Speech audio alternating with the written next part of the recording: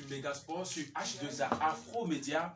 Au menu de cette actualité sportive, nous allons parler de la participation des écureuils juniors au tournoi UFOA B de l'autre côté de Niamey au Niger du 7 au 20 mai 2022. Les écureuils juniors du Bénin ont fini deuxième derrière le Nigeria après leur défaite 3-1 en finale de cette compétition. Pour en parler, j'ai reçu sur ce plateau Ferdinand Soniovi et Gabin Eda. Sans hésiter, Ferdinand Soniovi, bonsoir. Bonsoir Adrien Amoussou, bonsoir aux amis internautes de H2A Afro Média. Merci, c'est un honneur d'être reçu sur ce plateau. Gabin Eda, bonsoir. Bonsoir Adrien Amoussou, bonsoir chers amis internautes et fans de l'émission Megasport.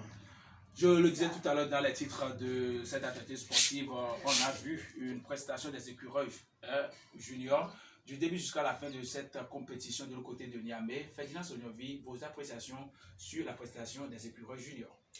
Écoutez, je pense que c'est une participation réussie. Quand on voit un peu le niveau de préparation de cette équipe en amont, même le coach Mathias Deguenon l'a reconnu que c'était une préparation griffe bâclée.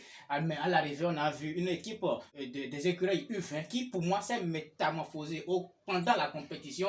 C'est à leur actif. Je pense qu'il faut tirer un satisfait à cette équipe U20 et qu'à la fin, il y a une qualification qui est au bout. Bravo à eux. Gabin, vous avez suivi les écureuils depuis le match d'ouverture face aux éperviers du Togo. Après, ils ont joué le Niger, l'équipe, le pays organisateur. Après, ils ont joué la Côte d'Ivoire, ils ont joué le Burkina Faso jusqu'à le match contre le Nigeria hier. Quelles sont vos appréciations par rapport à cette prestation béninoise? Tout d'abord, je remercie les joueurs, je remercie l'encadrement technique et je remercie aussi les responsables au haut niveau du sport qui ont tout mis en œuvre quand même pour la participation. Cette participation, c'est une participation honorable. Avoir le jeu produit par nos écureuils, avoir le résultat obtenu, puis on s'attendait à ce que quand même on se qualifie pour la phase finale de la CAN. Je dis, c'est une participation honorable. Voilà, une participation honorable. Mais maintenant, on parle de cette finale hier face au Nigeria. Les écureuils juniors ont perdu 3-1, Ferdinand Soniovi. Vous avez suivi cette rencontre. Que dites-vous sur ce match de la finale, du début jusqu'à la fin? Écoutez, Adrien Moussou, je pense que ce match a été, pour moi, perdu par les écureuils sur un effet de jeu. Puisque lorsque vous voyez le premier but marqué par les Nigérians, c'est un but qui a été accordé sur un penalty qui, pour moi, est un penalty assez discutable parce que, pour moi, la faute n'existait pas. Et encore donner un carton rouge là-dessus, c'est une double peine qui, pour moi, a déconcentré l'équipe béninoise qui, pour moi, les a sortis du match. Sinon, les débuts du jeu, on voyait une équipe des écureuils du Bénin qui était assez entreprenante. On voyait même la défense nigérienne qui même doutait. Mais lorsque on a accordé ce penalty c'était encore l'ouverture du score, pour moi ça a démobilisé cette troupe, la bande Mathias Deguenon. Réduit toute la formation justement, à 10. Oui, justement. Donc pour moi, la CAF doit revenir, doit revoir ce côté arbitre sur le continent. Sinon pour moi, c'est pas dans l'ensemble, c'est quand même bien. Mais sur ce fait de jeu, je pense que l'arbitre qui n'était pas aussi proche de l'action, qui était un peu loin, mais qui n'avait pas aussi de la VAR sur cette rencontre, a accordé ce penalty qui, pour moi, était discutable. Je pense que c'est ça, pour moi, qui a sorti les écureuils. Sinon, dans l'ensemble, c'est un match qui a été vraiment joué. À l'actif des écureuils juniors. Et Gabin Eda, vous avez suivi la rencontre Bénin-Nigeria hier, 3-1. Quelles sont vos appréciations par rapport à cette prestation béninoise? Oui, par rapport à la prestation béninoise, bon, je tire un coup de chapeau aux joueurs. Malgré ce coup psychologique qu'ils ont eu avec l'action de la 38e minute qui a réduit complètement l'ardeur des Béninois, c'est l'arbitrage, pour moi, qui a renversé tout le match. L'arbitrage a renversé le match là à partir de la 38e minute où ils ont accordé un penalty qui n'existe nulle part. C'est ça qui a tué l'équipe béninoise. Voilà, et Ferdinand Soniovi, on parle de ce penalty. On a vu l'arbitre central au Burkinabé qui s'est dirigé vers l'action après avoir déjà sifflé et décidé de ce penalty. Est-ce que vous voyez réellement qu'il y a penalty ou pas? Non, écoutez, Adrien Amoussou, je pense que je vais le redire à qui veut l'entendre. Pour moi, c'est mon avis et ça m'engage. Moi, je vois que sur cette rencontre, il n'y avait pas penalty. C'est un fin de jeu qui, pour moi, a déconcentré les écureuils. Mais à l'arrivée, on ne va pas trop reprocher aux Nigérians ou à l'arbitre d'avoir permis aux Nigériens d'ouvrir le score et de mettre 2 buts après. Sinon...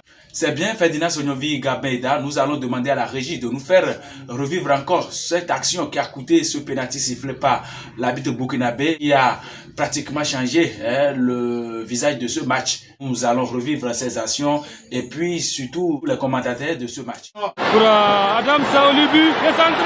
Eh oui! Ojo qui n'arrive pas à dégager. Eh oui! Penalty. Penalty pour le Nigeria. Difficulté. Mais pour une fois qu'ils arrivent à sortir sur cette action offensive, ils l'amènent tellement bien. Que s'est-il passé? À avoir attention. ce penalty. Il n'y a pas de main à Blaziz, ce que je vois, mais l'arbitre en a décidé autrement. Ojo. Ojo Et qui il marque. a marqué ce but qui vient soulager. Mais on a vu déjà la 38e minute des jeunes comme ça qui n'ont jamais, peut-être la plupart n'ont jamais joué de ces compétitions internationales et qui sont réduits à la 38e minute. Et on a vu au départ une équipe béninoise très joueuse qui créait vraiment le danger dans le camp nigérien. Et après avoir été réduits à 10, ils ont continué, mais à l'arrivée, ils ont pris 2 autres buts pour finir. Est-ce que quelque part, Ferdinand Soniovi, l'arbitre ou bien ce penalty, j'allais dire, n'a pas agi? Oui, quelque part, le penalty a agi. Mais ce que je voudrais aussi dire par là, c'est que ce sont des jeunes qui, pour moi, la plupart sont à leur première participation à un tel événement. Reste, cela, le rôle peut-être revenait à l'encadrement technique à Mathias Deguenon de pouvoir remodeler et de regrouper, de pouvoir trouver l'arcimie nécessaire et de pouvoir dire aux jeunes que vous êtes en finale, vous êtes devant, vous défendez les couleurs nationales et de pouvoir trouver l'équilibre nécessaire. Sinon, on a vu des équipes jouer à 10. Et je pense que ce que vous dites, Ferdinand Soniovi, on a vu cette formation béninoise qui avait de l'engagement, qui savait réellement qu'ils sont en train de défendre une couleur, mais face à cet arbitre et qui a décidé, peut-être je ne sais pas quelles sont les règles appliquées pour aller siffler un penalty, un carton rouge, tout peine. Quand vous prenez par exemple Gabeda, vous prenez le défenseur victime peut-être de ce sifflet, vous allez voir, il n'est pas forcément le dernier défenseur, puisqu'on dit quand il y a faute et que le fautif admis comme un dernier défenseur, le carton rouge est acceptable. Mais hier on a vu que le défenseur n'était pas le dernier défenseur. Mais selon vous, Gabeda, qu'est-ce qui a permis à cet arbitre d'aller donner carton rouge? Non, ça, franchement, c'est seul l'arbitre qui pouvait savoir ce qu'il a permis de donner. Moi, je dis même de donner le pénalty. Hier, l'arbitre, non seulement très loin de l'action, mais il est aussi derrière l'action. Et il ne sait pas rapprocher aussi de ça. Si c'est vrai qu'on est dans le fait de l'action, il faut décider quelque chose. Mais quand on décide, ça arrive même quand l'arbitre décide, il se rapproche. Aujourd'hui, la technologie a permis l'intervention. La VAR, bien sûr, aujourd'hui, nous n'avons pas aujourd'hui les moyens de la VAR pour appliquer. Franchement, l'arbitrage y a péché. Mais malheureusement, aujourd'hui, on voit même en Europe, avec l'intervention de la VAR, il y a toujours des couacs arbitrales que nous arrivons parfois à décrier. Ferdinand Soniovi, malgré tout, le Bénin a été battu par le Nigeria en finale, 3-1. Mais on a vu de beaux joueurs au niveau de l'équipe béninoise, de la défense jusqu'à l'attaque. Mais il faut saluer 2 messieurs qui ont produit du jeu.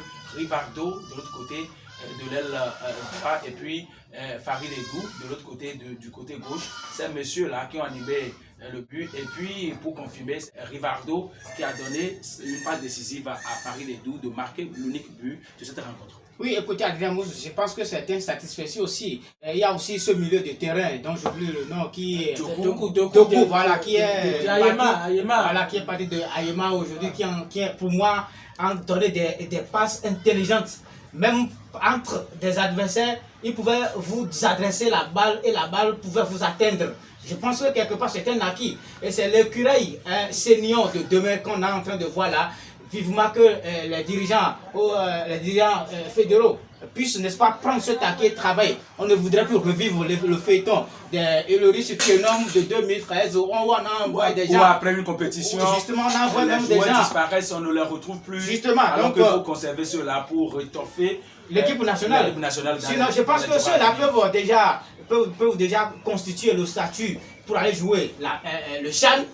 Pourquoi pas jouer aussi au niveau de l'écurie? Merci beaucoup Ferdinand Sonovi et Gabeda. On a vu une sélection qui a été faite au niveau de notre championnat.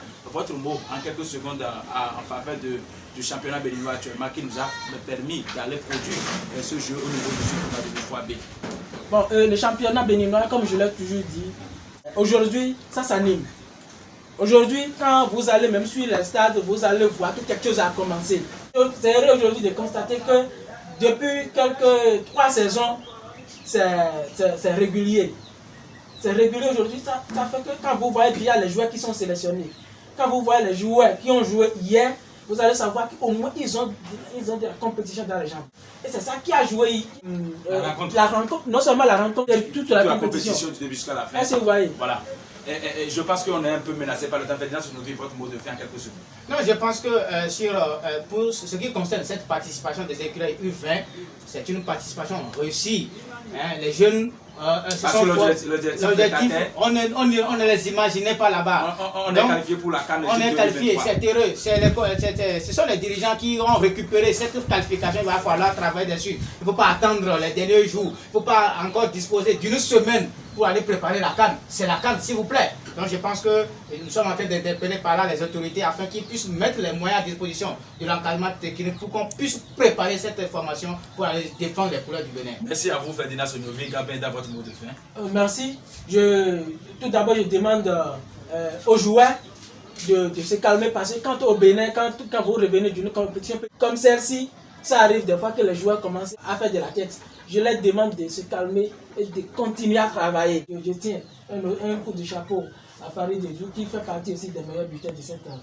Voilà, c'est un produit de la DFC et comme Raman Eda, même qui est resté sur le banc de touche, qui a été le gardien numéro 1 des matchs de préparation, mais malheureusement qui n'a pas disputé la moindre minute au niveau de la compétition. Je pense que quand il y en a pour un, il y en a pour deux. Il n'a qu'à se mettre en travail.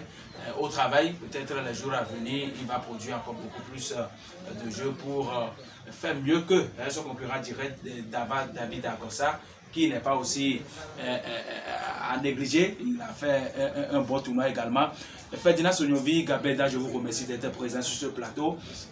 Merci d'être avec nous sur ce plateau. Nous remercions également les amis internautes qui nous ont suivis du début jusqu'à la fin. Ce sera tout pour cette actualité sportive Méga Sport sur H2A Afro Média. Merci de nous avoir suivis. Nous avions parlé de la participation des écureuils juniors au tournoi UFOA B de l'autre côté du Niamey au Niger. Le Bénin a fini deuxième derrière le Nigeria. Et pour en parler, j'avais reçu pour vous Ferdinand Sonovi, Gabeda, ici à la présentation. Je suis Adrien Moussou.